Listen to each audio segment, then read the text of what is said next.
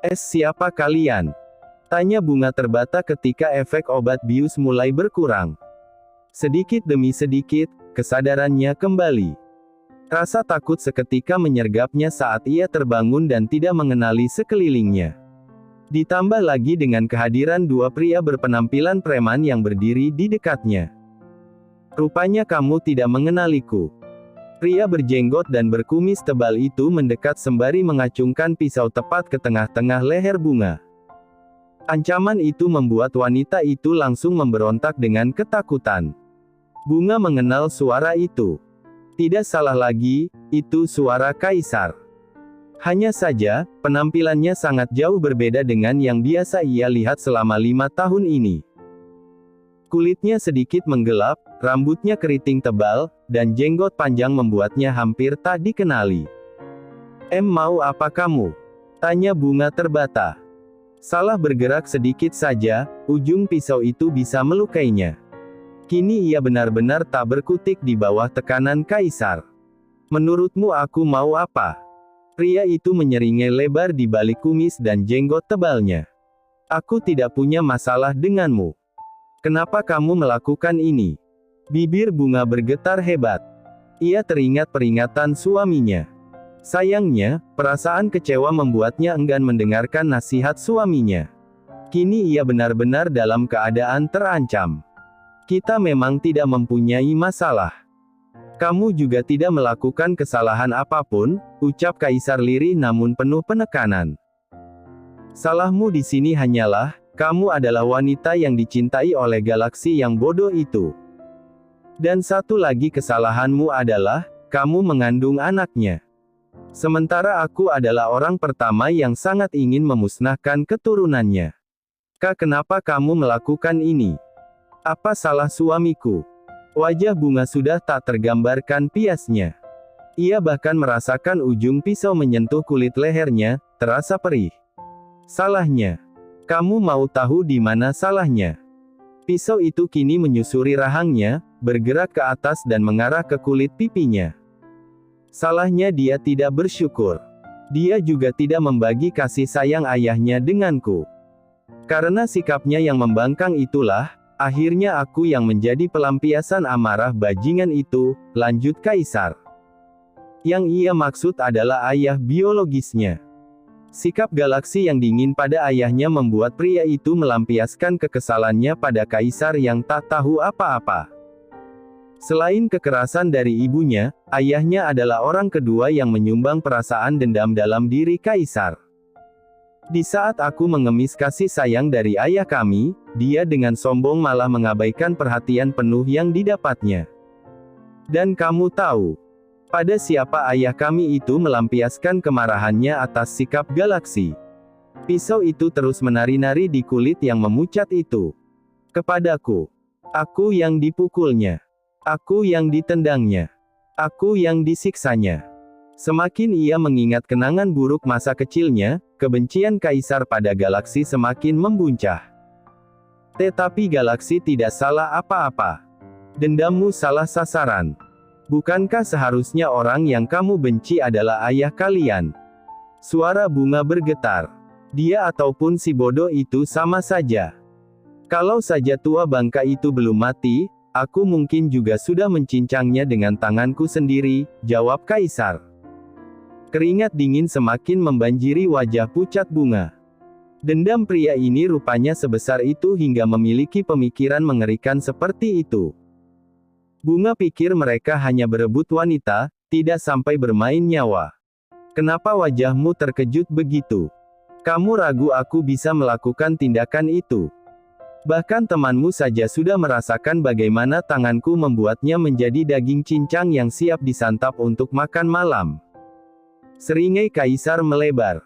Kamu yang melakukan itu pada Resti? Mata bunga membola tak percaya.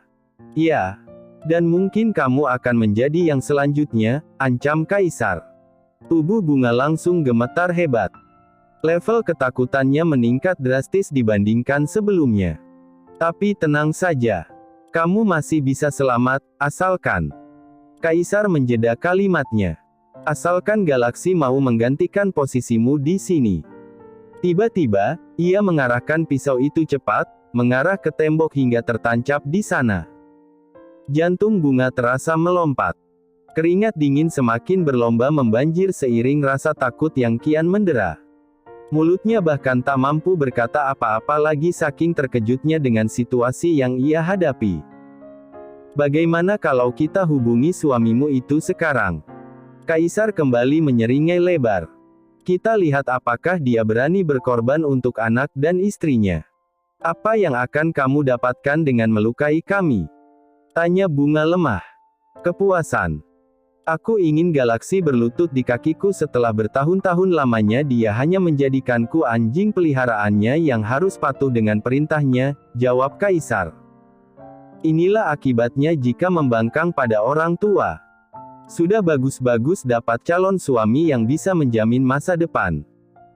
Tapi malah pilih sama asistennya jiwanya gila, oceh Melissa, Ibu Carissa, yang tak henti-hentinya mengomentari pilihan anaknya yang sejak awal tidak ia setujui. Sudahlah, Ma.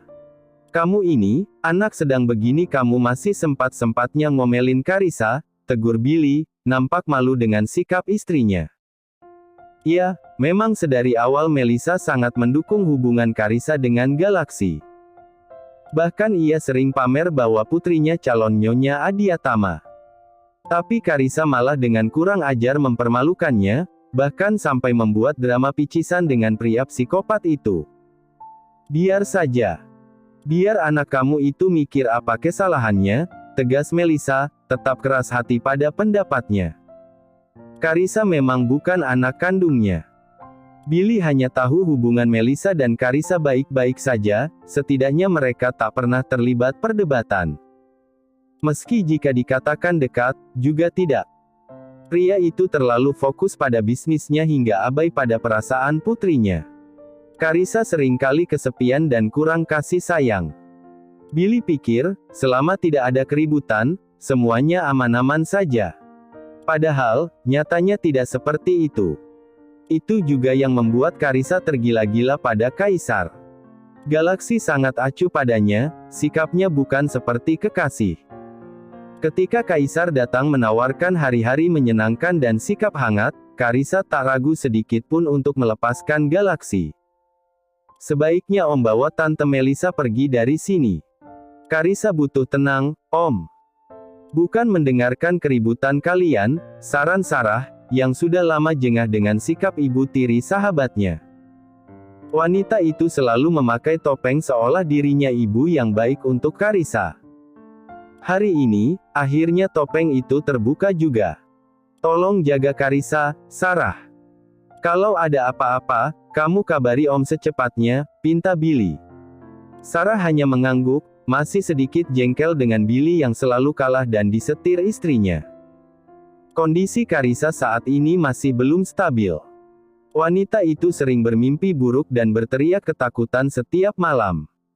Ia selalu menganggap dirinya masih di kamarnya, tempat ia melihat dengan mata kepalanya sendiri ketika Kaisar memasukkan potongan tubuh ke dalam kantung plastik besar dengan wajah yang sama sekali tak merasa berdosa. Semoga kamu bisa kembali seperti dulu, Riz, harap Sarah. Baginya, Carissa bukan sekadar sahabat, tapi juga saudara. Meski sahabatnya pernah melakukan kehilafan, namanya manusia, tak ada yang luput dari dosa. Apalagi hilafnya orang yang bucin, kadar kebodohannya terkadang meningkat drastis hingga tak bisa berpikir jernih dan menggunakan logika. Halo, kakakku tersayang, sapa Kaisar, tak ingin membuang waktu. Sedikit waktu yang ia miliki saat ini adalah golden time-nya. Cepat atau lambat, ia akan berakhir di penjara yang busuk dan dingin. Tapi sebelum itu, dendamnya harus terbalaskan, bagaimanapun caranya. Lepaskan istriku. Wajah Galaksi mengeras. Tangannya mengepal kuat hingga buku-buku jarinya memutih. Bagaimana tidak? Ia kecolongan, dan kini harus menyaksikan istrinya ketakutan di bawah ancaman manusia gila itu. Tenanglah. Aku pasti akan melepaskannya. Tapi tentu ada syaratnya, jawab Kaisar. Berapa yang kamu mau? Katakan.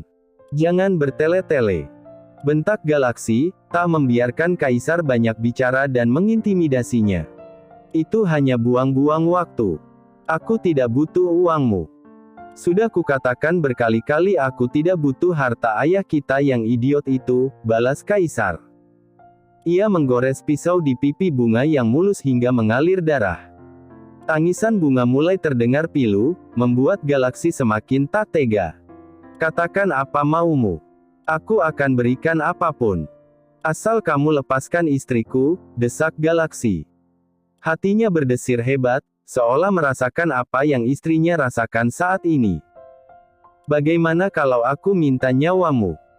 Seringai Kaisar menyeramkan, terlebih dengan penampilannya yang dekil dan tak terurus, cara ia menyamarkan diri. Akan aku berikan. Tapi jangan lukai istriku seujung kuku pun, tegas Galaksi tanpa pikir panjang. Jawabannya membuat tangis Bunga kian pilu. Andai ia menurut apa yang dikatakan suaminya, kejadian ini tak akan terjadi. Kamu boleh datang membawa beberapa anak buahmu. Tapi ingat, jangan libatkan polisi. Karena kalau tidak, istrimu yang cantik ini tidak akan pernah kamu jumpai lagi di dunia ini, ancam Kaisar. Kamu terlalu gegabah, ujar Benny, menyandarkan punggungnya di tembok bata usang. Bukannya sudah ku bilang, tidak perlu ikut denganku. Aku punya kenalan yang bisa membantumu melarikan diri. Karena meskipun kamu tidak ada andil dalam kematian mereka, kamu tetap akan dicurigai sebagai kaki tanganku, kata Kaisar, menyulut nikotin di sela bibirnya. Ia sudah membuang rambut palsu yang digunakan untuk menyamar, karena tak lagi membutuhkannya. Siapa yang kamu maksud mereka? Benny menatap tajam wajah Kaisar yang tenang menyemburkan asap rokok. Jadi masih ada korban lain? Cecarnya. Ya. Dia terlalu banyak bicara dan hanya akan menyusahkanku saja. Jadi aku menghabisinya, jawab Kaisar. Pria ini benar-benar tak layak masuk kategori manusia. Kalau kamu bisa mengotori tanganmu dengan darah, buat apa repot-repot bermain halus dengan Galaksi dan malah mengorbankan mereka yang tidak bersalah? Tanya Benny. Kalau mereka tidak berulah, aku juga tidak akan menghabisi mereka, bela Kaisar, sama sekali tanpa penyesalan dalam nada bicaranya. Lagi pula sangat menyenangkan bermain-main dengan Galaksi yang bodoh itu. Ia tertawa bagai anak kecil yang mendapat mainan baru. Lihatlah. Dia bahkan rela menukar nyawanya demi seorang perempuan. Apa kalau itu aku yang dalam bahaya, kamu juga rela menukar nyawamu demi keselamatanku? Balik tanya Benny. Pertanyaan itu membuat tawa Kaisar mereda seketika. Jangan berandai-andai, Ben. Kita laki-laki dan kita tidak lemah seperti perempuan. Itulah kenapa aku memilihmu. Aku selalu bisa mengandalkanmu dalam hal apapun, jawab Kaisar. Benny tak bicara lagi, hanya kakinya yang memainkan puntung rokok di lantai berdebu. Penjara menanti kita, gumam Benny, meratapi nasib buruk yang akan segera menanti mereka. Galaksi akan tertawa melihat kehancuranmu, lanjutnya.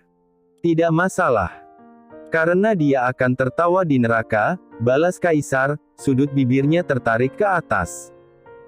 Sepanjang perjalanan menuju lokasi yang dikirimkan Kaisar, Galaksi tak sedikit pun merasa tenang. Bayangan Bunga yang menangis, lalu goresan pisau yang membuat kulitnya berdarah, membuat dadanya terasa nyeri dan ngeri luar biasa. Luka Bunga akan selalu menjadi lukanya. Tuan yakin akan melakukan ini? Tanya Kandung, memastikan keputusan Galaksi. Kenapa bertanya lagi? Istriku sedang berada di ujung kematian dan kamu mau aku duduk manis menontonnya. Bentak Galaksi, kesal dengan pertanyaan itu. Maaf. Saya tidak bermaksud begitu, Tuan. Saya hanya mengkhawatirkan Tuan saja, jawab Kandung. Kamu tidak perlu mengkhawatirkanku. Kalau terjadi sesuatu padaku, kamu hanya harus memastikan Kaisar menepati janjinya untuk melepaskan istri dan anakku. Kalau dia sampai ingkar, baru kalian boleh bertindak, tegas Galaksi, menatap gulita di luar jendela mobilnya. Tak lama, mereka tiba di lokasi yang diberikan Kaisar, sebuah bangunan tua, bekas pabrik yang sudah lama tak digunakan dan tak terurus. Kita masuk, perintah Galaksi, memimpin anak buahnya tanpa gentar. Ia hanya ingin Bunga segera tahu kedatangannya dan merasa aman. Tuan yakin? Tanya Kandung lagi. Jangan menguji kesabaranku, Kandung, hardik Galaksi. Maaf, Tuan, jawab Kandung, akhirnya diam. Sampai mereka menjumpai cahaya terang yang menandakan Kaisar menunggu di sana. Wah! Pangeran kita telah datang untuk menyelamatkan Tuan Putri kita, cibir Kaisar, yang telah siaga dengan menjadikan Bunga tawanan untuk mengendalikan Galaksi. Posisi pisau kini tepat di tengah-tengah leher Bunga. Sekali ia bergerak, nyawa wanita itu tak akan tertolong. Kaisar bisa memastikan itu. Galaksi benar-benar tak tega melihat keadaan istrinya. Sorot mata basahnya yang ketakutan, dan perutnya yang mulai membuncit, ada anak mereka di sana. Bayangan keluarga kecil nan hangat membayang di kepalanya, keluarga harmonis yang selama ini menjadi impiannya. Sekarang apa maumu? Tanya Galaksi dingin. Kamu mau nyawaku? Ia maju selangkah. Ambillah. Tapi, jangan ingkari janjimu. Lepaskan istriku dalam keadaan utuh tanpa luka sedikit pun. Kamu bisa pegang ucapanku, balas Kaisar, memberi kode pada Beni untuk mendekat. Itu sebabnya aku tak masalah kamu membawa anak buahmu. Aku akan menyerahkan istrimu yang cantik ini setelah mencabut nyawamu. Ia terkekeh tanpa dosa. Bunga menggelengkan kepalanya. Ia ingin meminta maaf pada suaminya, ingin suaminya menghentikan ini. Tapi ia tak sanggup bicara. Pisau itu benar-benar menekan kulitnya. Pukulan demi pukulan mendarat di tubuh tegap Galaksi. Ia menerimanya tanpa perlawanan. Tawa Kaisar nyaring memenuhi ruangan, sementara yang lain hanya bisa menyaksikan tanpa bisa membantu. Bunga, yang kini ditawan Beni, hanya bisa menangis. Ia tak bisa bergerak sama sekali. Pria itu sama kuatnya dengan Kaisar, menaruh pisau di titik vitalnya hingga membuatnya tak berdaya untuk melawan. Bagaimana rasanya? Tanya Kaisar, berjongkok di depan Galaksi yang menahan sakit di perutnya akibat pukulan telak. Lanjutkan saja sampai kamu merasa puas, jawab Galaksi datar, berusaha tak menunjukkan kesakitan, karena ia tak ingin Bunga mengkhawatirkan keadaannya. Seperti yang Galaksi katakan, Kaisar menuruti keinginannya dan melayangkan pukulan berikutnya, mulai dari wajah, lalu bertubi-tubi ke seluruh tubuhnya. Kaisar membayangkan ayahnya yang dulu menganiayanya tanpa perasaan. Yang ada di mata Kaisar sekarang bukan Galaksi, melainkan wajah laki-laki yang beringas saat melampiaskan amarah padanya. Hentikan! Jerit Bunga, tak tahan lagi. Di matanya, Kaisar seketika berubah menjadi iblis yang menggila. Suaminya sudah terkapar tak berdaya, tapi pria itu tanpa perasaan terus menendang tubuh yang meringkuk di lantai berdebu. Kandung, yang menyaksikan, tak sampai hati melihat kondisi atasannya. Beberapa kali ia melirik istri tuannya, berharap ada celah untuk menyelamatkan keduanya. Tapi pisau itu tertuju pada titik vital, jika ia salah bertindak, keduanya mungkin tak bisa diselamatkan. Tolong hentikan. Bunuh saja aku, ratap Bunga memelas, berharap Kaisar berbelas kasih dan melepaskan mereka. Ia sempat melihat suaminya memuntahkan darah dari mulutnya. Bunga memberontak, mencoba berlari ke arah suaminya, lupa akan pisau yang bisa melukainya. Diamlah, bisik Beni penuh penekanan, mencengkeram kuat tubuh ringkih Bunga untuk tetap di posisinya dan menghentikan perlawanannya. Lihatlah, istrimu. Aku masih berbaik hati memberimu kesempatan untuk melihatnya untuk terakhir kali, ujar Kaisar, beringsut minggir, memberi kesempatan Galaksi menatap istrinya sebelum kematiannya. Bunga. Gumam Galaksi, menatap Bunga yang menangis dan berusaha melepaskan diri dari Beni. Maafkan aku. Hanya itu yang ingin ia katakan untuk terakhir kalinya. Jangan minta maaf. Kamu harus hidup dan kita hidup bahagia bertiga. Ah, tidak. Aku akan memberimu banyak anak-anak yang lucu. Jadi tetaplah hidup untukku dan juga demi anak-anak kita, racau bunga putus asa. Ia tak peduli kulitnya tergores ujung pisau karena terlalu banyak bergerak. Galaksi tersenyum di tengah kesakitan yang mendera tubuhnya. Rasanya semuanya terbayarkan ketika melihat wanita yang ia cintai telah memaafkannya. Kalaupun harus mati sekarang, ia tak akan menyesal. Bunga, aku mencintaimu. Galaksi berusaha mengungkapkan isi hatinya untuk terakhir kali, meski tak yakin Bunga bisa mendengarnya. Galaksi menutup mata rapat-rapat saat sepatu kaisar mulai menginjak kepalanya dengan kuat. Ia pasrah dengan apa yang akan terjadi. Ia percaya kandung bisa melindungi Bunga sesuai perintahnya. Suara sepatu kaisar bergesekan dengan lantai berdebu. Mungkin pria itu bersiap mengantarnya ke gerbang kematian. Galaksi pikir kaisar akan melakukan sesuatu pada kepalanya. Tadi, samar ia mendengar kaisar mengatakan sesuatu saat menginjak kepalanya. Tapi ia salah. Yang ia dengar kemudian bukan tendangan, melainkan suara tembakan. Apakah aku sudah mati, Tuhan? Gumam Galaksi. Selamat pagi, sapa Sarah, membuka tirai jendela lebar-lebar, membiarkan cahaya mentari masuk dan membagi rasa hangatnya. Pagi, jawab Karissa. Reaksinya sudah jauh lebih baik. Biasanya, jika terbangun di kamar yang sunyi dan temaram, ia akan teringat kejadian traumatis itu. Ia akan merasa berada di kamarnya yang dulu, lalu ketakutan dan mencari-cari styrofoam yang berisi mayat wanita yang ditinggalkan kaisar bersamanya. Aku buat bubur ayam. Kamu mau makan? Tanya Sarah, berusaha mengajak Karissa bicara agar pikirannya tak tertuju pada hal-hal menakutkan dalam memorinya. Boleh, jawab Karissa. Ya sudah. Aku ambilin dulu, ya, ujar Sarah, terus bersikap ceria meski tak tega melihat keadaan sahabatnya. Hanya dirinya yang peduli. Ayah Karissa sesekali datang, tapi tak membantu. Istrinya terkadang ikut dan hanya membuat keributan. Sarah tak bisa meninggalkan Karissa terlalu lama, hingga terpaksa menyerahkan tanggung jawab butiknya pada karyawan terpercaya. Karissa sangat butuh pendampingan, dan hanya Sarah yang bisa melakukannya. Apa kabarnya Ben? Tanya Karissa tiba-tiba seusai sarapan. Benny. Sarah tak sanggup berkata jujur. Dia baik. Saat ini, pria itu sedang mempertanggungjawabkan perbuatannya. Sarah tak mengenal Benny secara dekat, tapi tak akan lupa bahwa pria itulah yang menolongnya.